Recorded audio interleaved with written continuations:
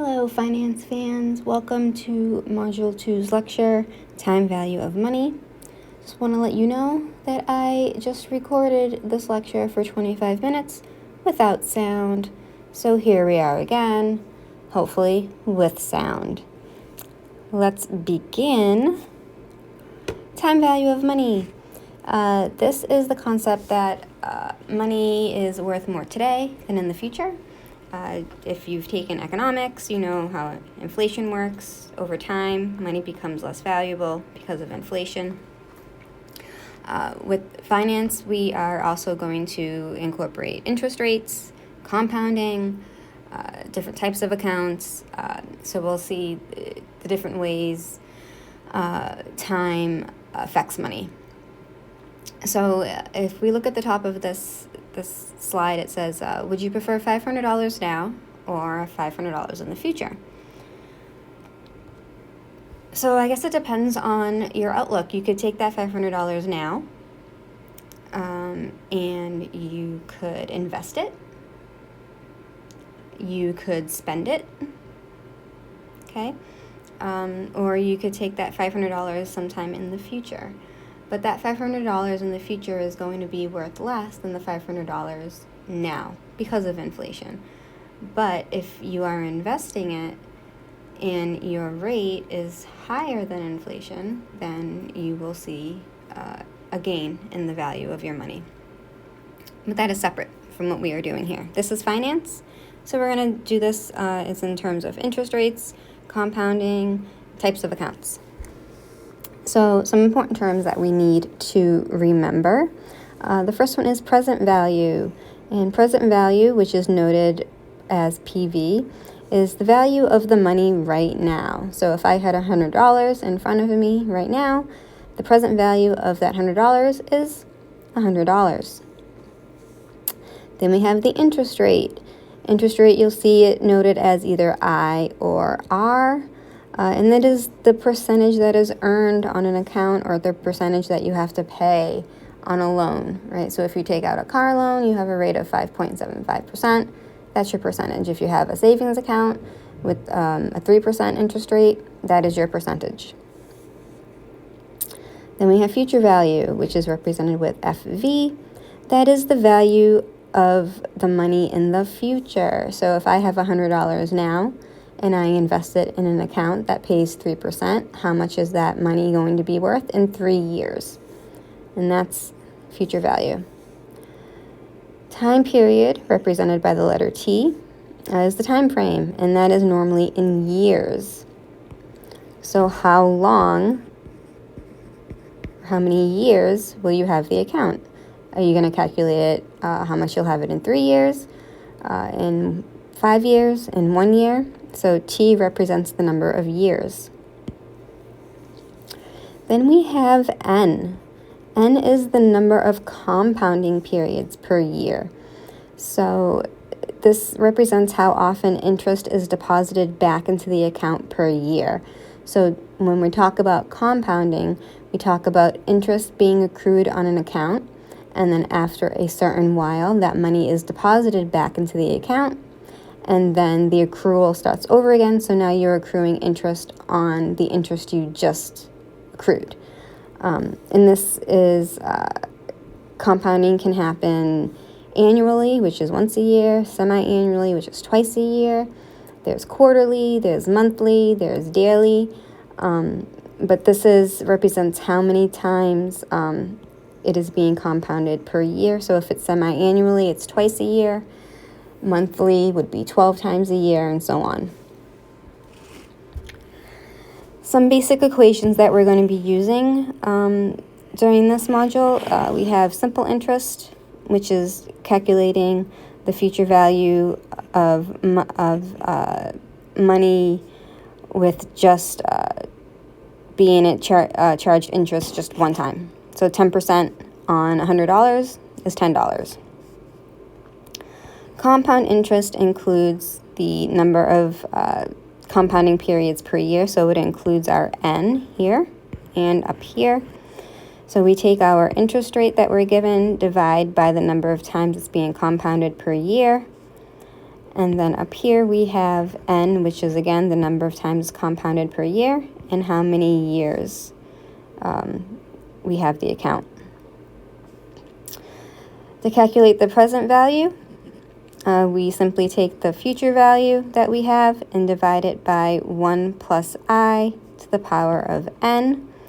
It can also be similar to this part right here, where we have I divided by N to the power of NT, depending on how we want to calculate our information. So these are the formulas that we're going to use. You don't need to memorize them. I will give them to you. And you'll also be using Excel, which has them. So this part of the lecture, what we're doing now is the concepts, how to do it conceptually, what terminology means. We're going to do some examples. And then there is a module, in Module 2 is a page with all of the videos with how to do these in Excel, which you do need to know how to do. So make sure that you watch those. So more terminology. So for compounding, this is what we use for future values, and it involves generating earnings or any of the interest from an investment, and it reinvests into the account to earn more. So like I said previously, if we are compounding semi-annually, we will compound interest or earn interest for 6 months, and then after those 6 months, that money goes, that interest is deposited into the account, and then we start over again. So that interest is then being earned interest on for the next 6 months. So over time, the more you compound, the more money you make. And that's for calculating future values. Discounting is what we use when we're calculating for present values of money. So it considers the current worth of the future cash flows. So if I were to be given $500 3 years from now, what is that money worth today? Okay, so we do compounding is for future values and discounting is for present values. Part of our method here is using timelines. Having a visual makes it a little bit easier to understand because sometimes this can be a little bit abstract. So our standard timeline pretty much shows us how many periods or compounding periods there are for an investment or for some type of loan.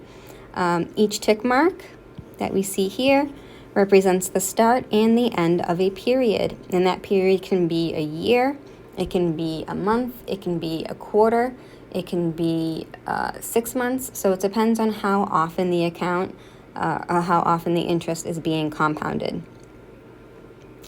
Up here is which period it is.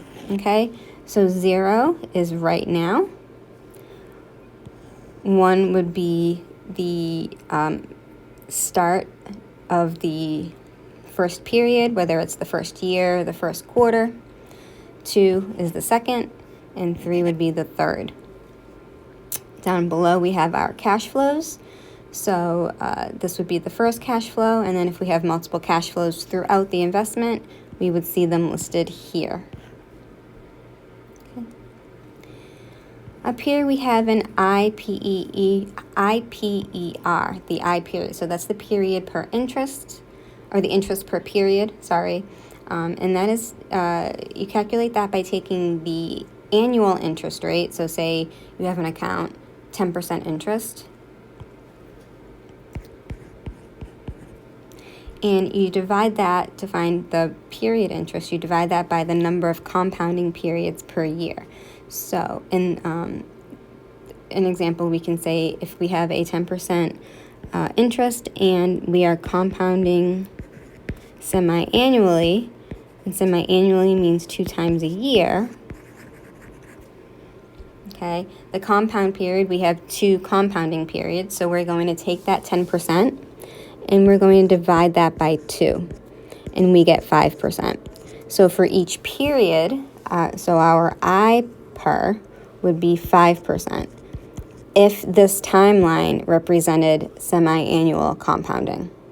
Okay, if it's annual compounding, the nominal rate is going to be the same as the period rate, right? Because the period is per year and the nominal rate is also per year.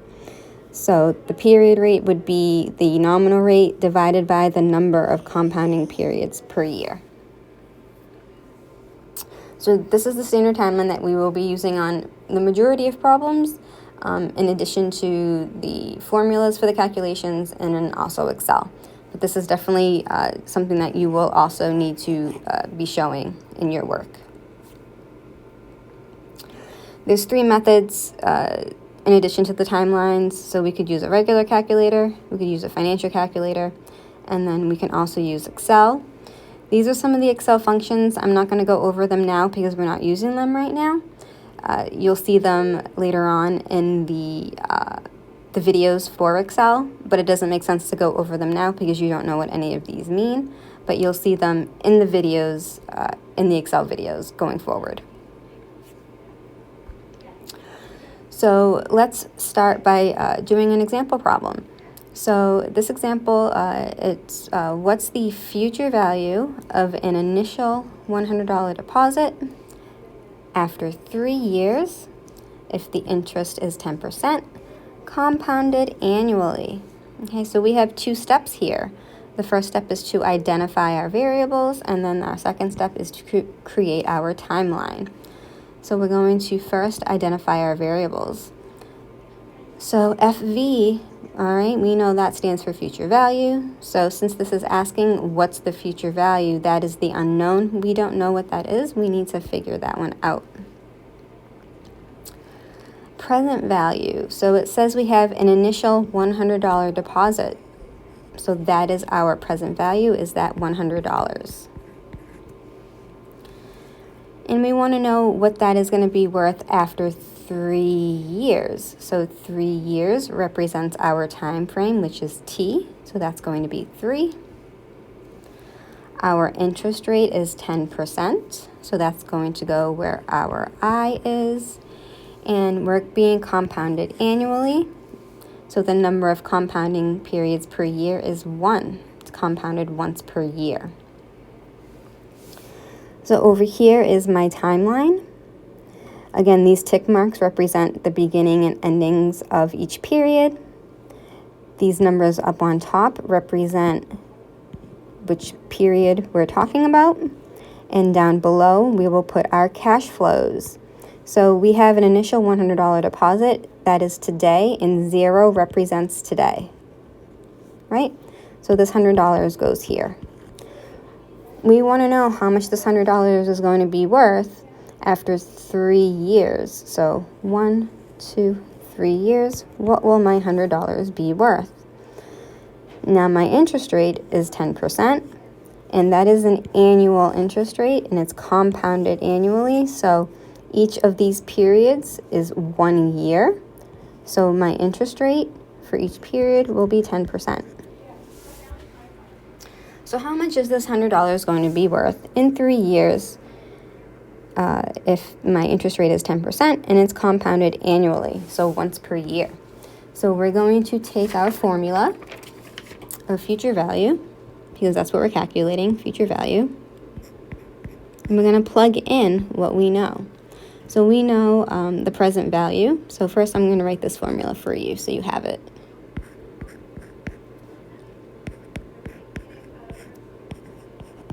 Okay. So future value equals present value times 1 plus I divided by n to the power of n times t. So we're going to plug in those values, and then we'll calculate our future value. So we have a present value of $100.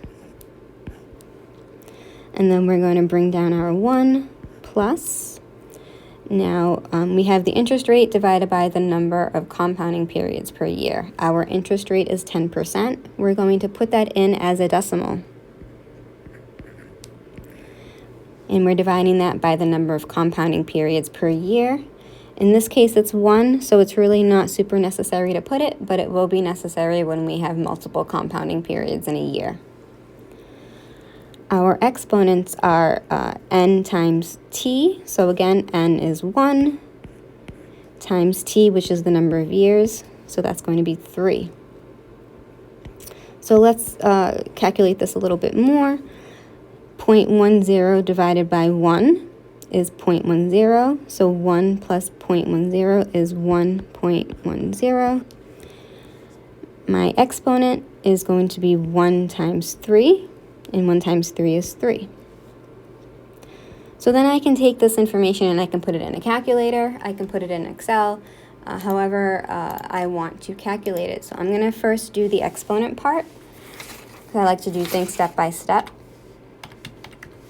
So I am taking 1.10 to the power of 3.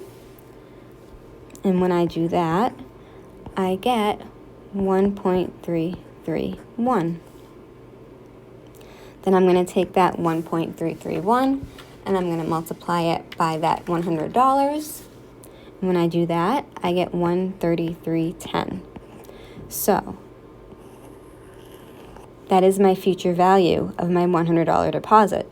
So if I take $100 and I deposit it into an account for 3 years with an interest rate of 10% compounded annually, at the end of 3 years, I will have $133.10.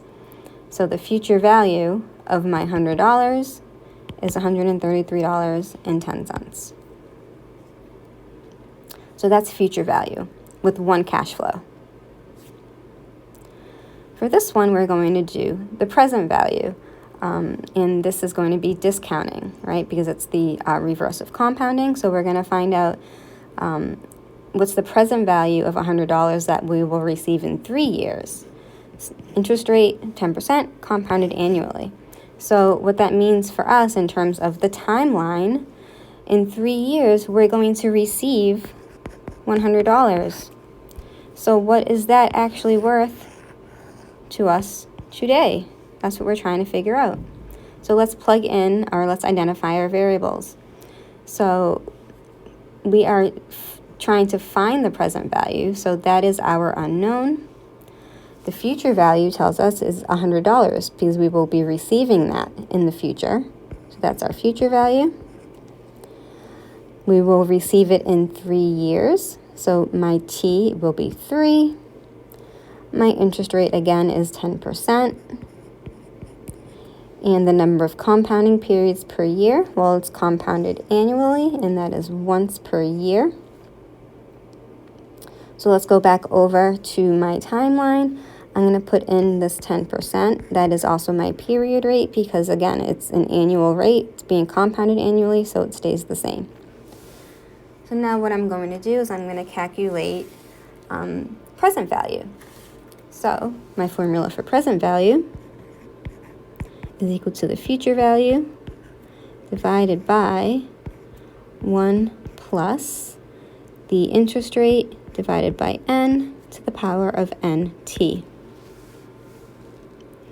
So I'm going to plug in my values. So I have my future value, which is $100, divided by 1 plus, we know that it's 0.10 for our interest, divided by 1 for compounding periods, times n times t, so times 1 times 3. So you can see this is very similar to what we did for future value, right? This is pretty much the same setup here, the 100, and except we're dividing instead of multiplying. So then we're just going to do this calculation. So we have 100 divided by 1.10 to the power of 3.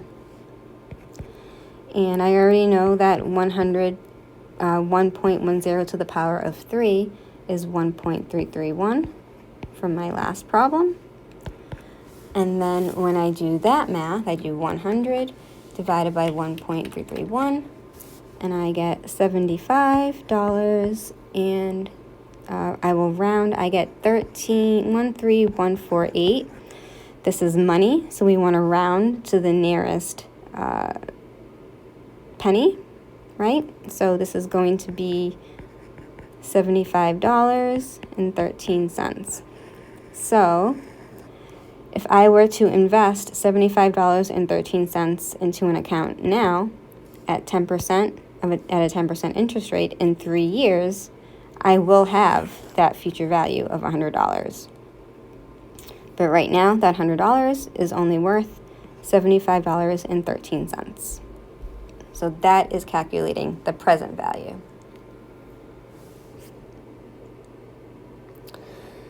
Now we're going to move on to multiple compounds per year. So instead of compounding annually, which is just once per year, we're going to compound more than once per year.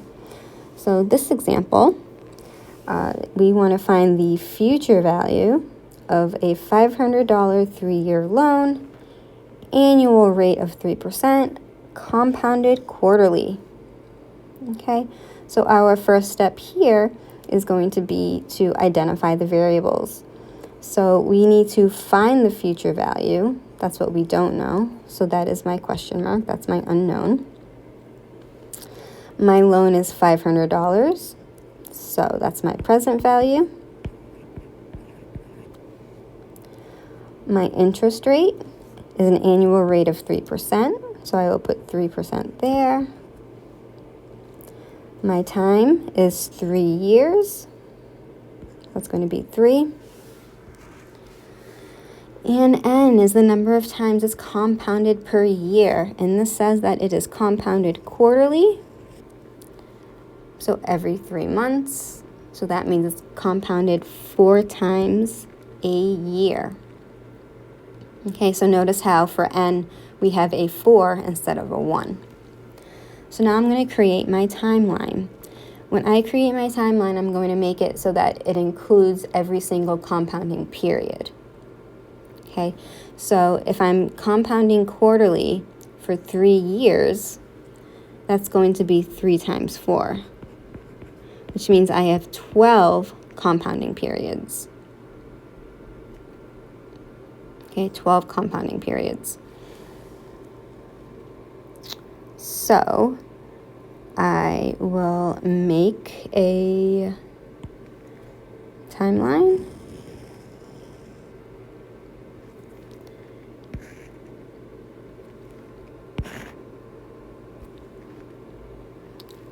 So this is my starting period. Oh, I don't want that. So this is my starting period current, and then I have 12 compounding periods, so my last period here is going to be 12.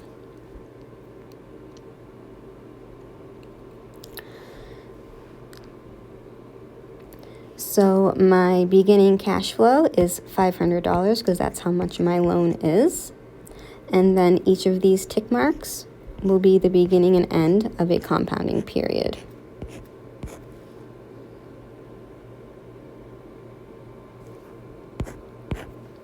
Okay, so if I were to count, I have 1, 2, 3, 4, 5, 6, 7, 8, 9, 10, 11, 12.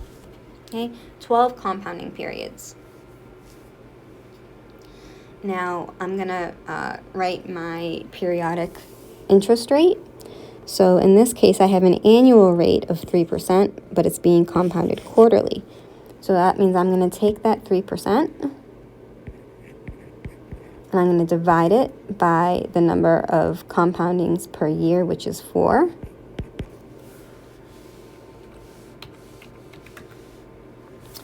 Which is equal to 0.75. Now remember, this is an interest rate. So if we leave it here, we can do 0.75%. But when we calculate it, we want to make sure we put it in decimal form. I mean, technically it is a decimal, but it's a decimal percent. So when we turn this 0.75% into a decimal, we're going to get 0.0075. Okay. So we took out this loan of $500. What is this value going to be in 3 years if it's compounded quarterly at an annual rate of 3%? So let's use our future value formula to figure out what that will be. So again, my future value is equal to my present value, which is 500, times 1 plus my interest rate.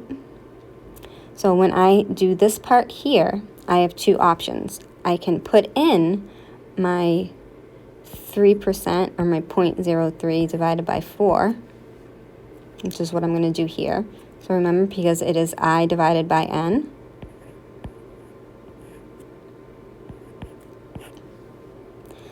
And then I have NT, right? That goes in my exponents. So N times T, which is really equal to the number of compounding periods per year, which is 4, and then the number of years, which is 3. So that's going to be 4 times 3.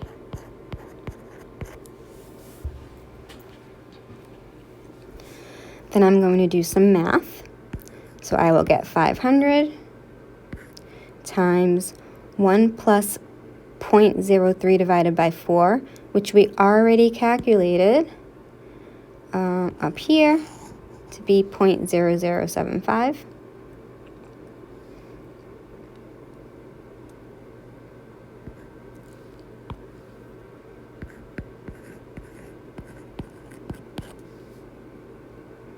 And then my exponent here is 12.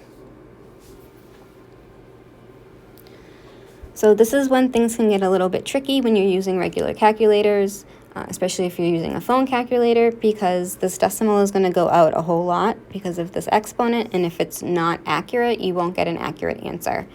And since we're talking about money and interest, we want to be as accurate as possible. So we're not going to do this on the calculator. I'm going to plug this into Excel to get that value. So I'm going to put in the 1.0075 to the power of 12.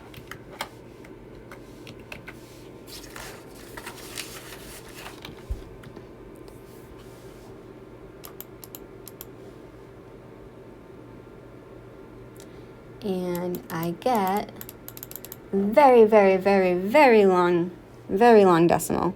But I'm going to cut it off at some point because then we will be here all day.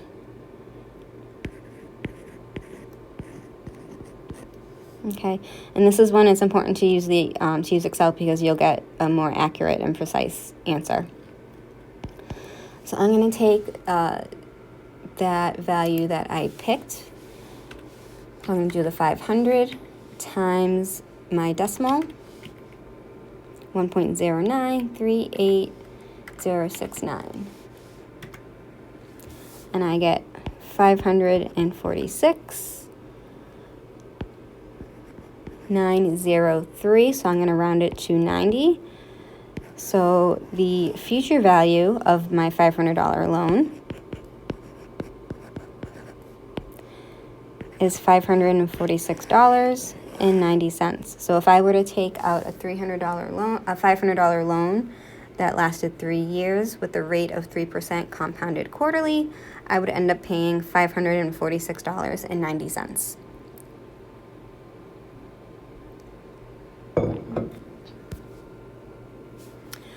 The next type of problem we're going to see is annuities.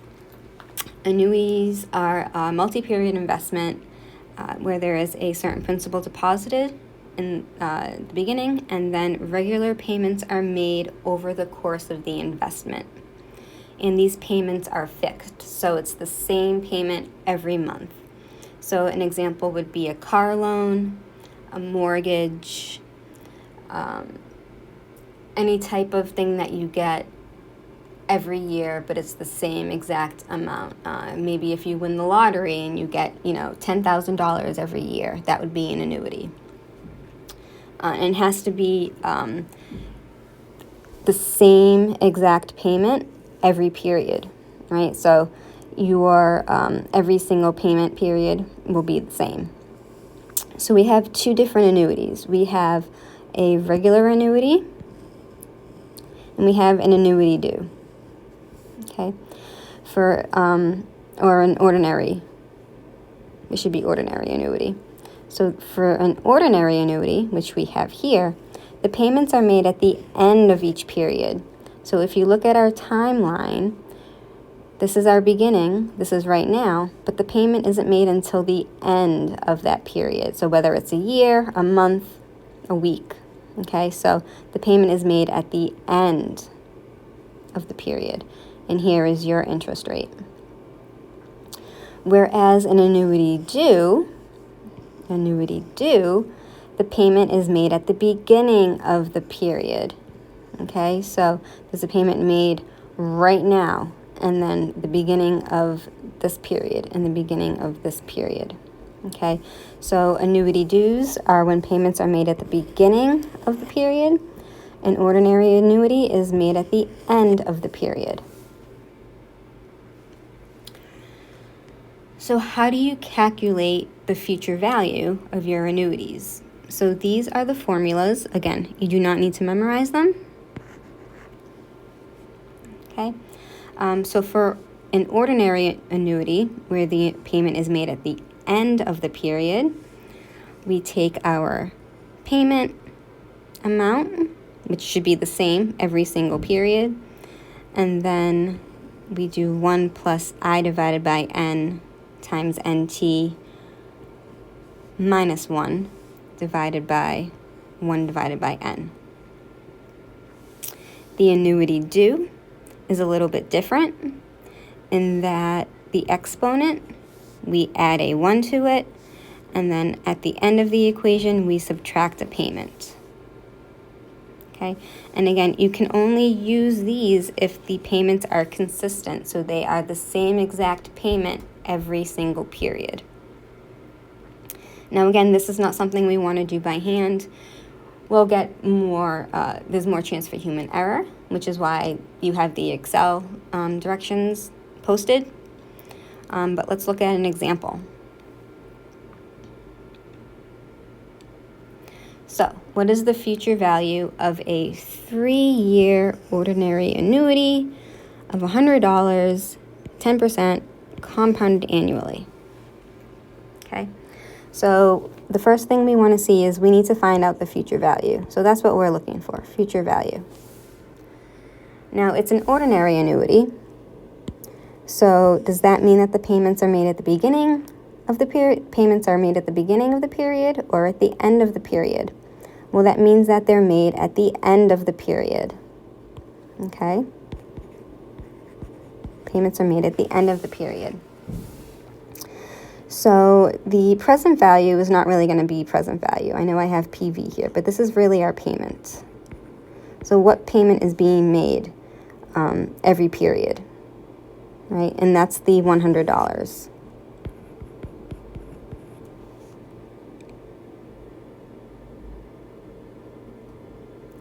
And then we have our interest rate of 10%.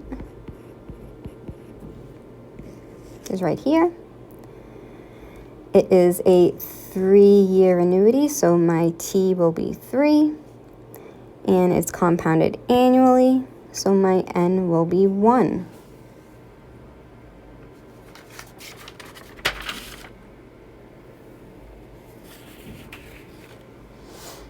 So what will my timeline look like? Well, in this case, there's no money being deposited or used right now. So my present value or my cash flow for this period is 0. My payment at the end of the period is going to be $100. And then I have another payment being made at that second period, and then the third period. Okay. And again, my interest rate is being compounded annually, so my rate here will just be that 10% because it's an annual rate. So what is actually going to happen? What is happening in this scenario? Well, we have this $100 that is made at the end of this period. So then that's going to start accruing that interest at this point, and it's going to accrue it for 2 periods, right? Because it's in there for 2 more compounding periods. This $100 is in there at the end of period 2, and it's going to be compounded for 1 period, so 1 year. And then this last $100 is at the very end of the annuity, and the future value of that $100 is just going to be $100 because we're not compounding anything. That's the end of it. It gets put in the account at that third period, and that's the end of that time frame. So there are a couple of ways that we can do this. The more time period or the more compounding periods you have, the harder this gets to be, or the more difficult it gets to be, because you have more values to calculate. But we're doing the future value, so you could take each of these and calculate the future value for each cash flow, which we will do. And then we will also do the example of the formula, and then you will see how to do it in Excel in the video. So for this one, I'm calculating $100. I want to know the future value, and it is going to be compounded twice, right? So because we are at 1, so we're going to go to 2, and we're going to go to 3. And that is that's 2 compounding periods. Okay, that's 2 compounding periods. So the future value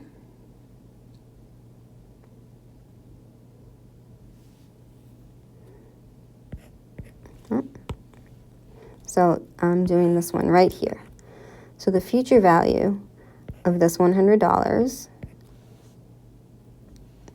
is going to be whatever, I'm going to use my future value formula, okay? It's $100,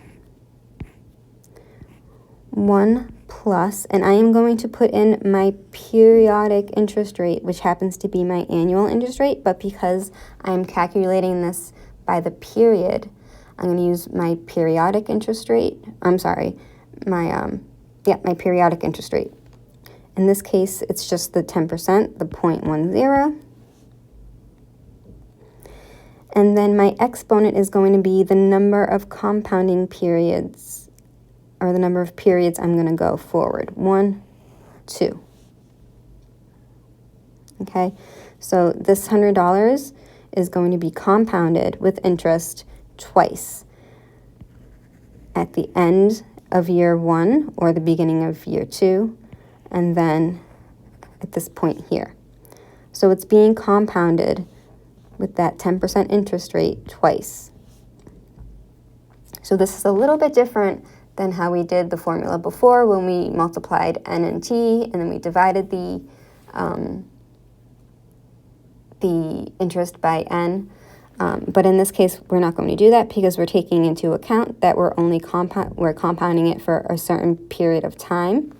So we're taking those periods into account. So now I can take this $100, do some math.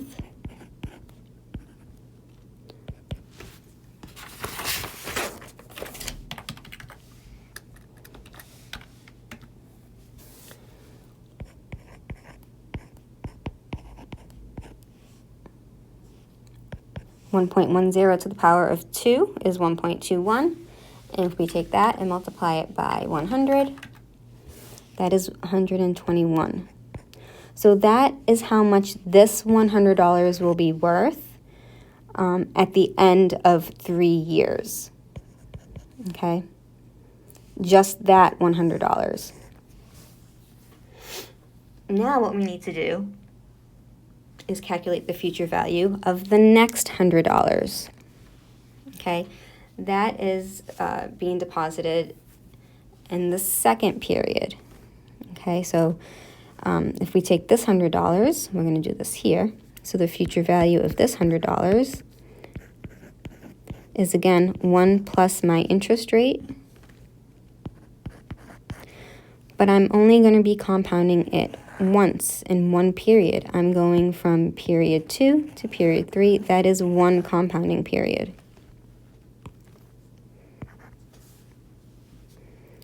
So I'm going to do some math. And anything to the power of 1 just is itself. And I'm going to do 100 times 1.10, which is 110. So this $100, which is being deposited during the second period, will be worth $110 at the end of that 3 years. Okay, and then we have the last payment amount of $100, which is being made at the very end, and that's not being compounded at all, because that is the very end of the annuity.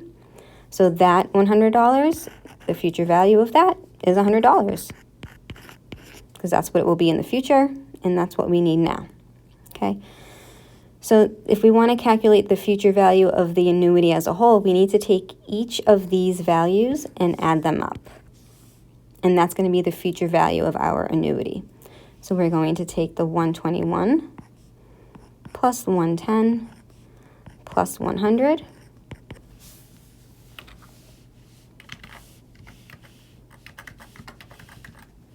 and we get $331. So the future value of a 3-year annuity of $100 at 10% compounded annually is $331.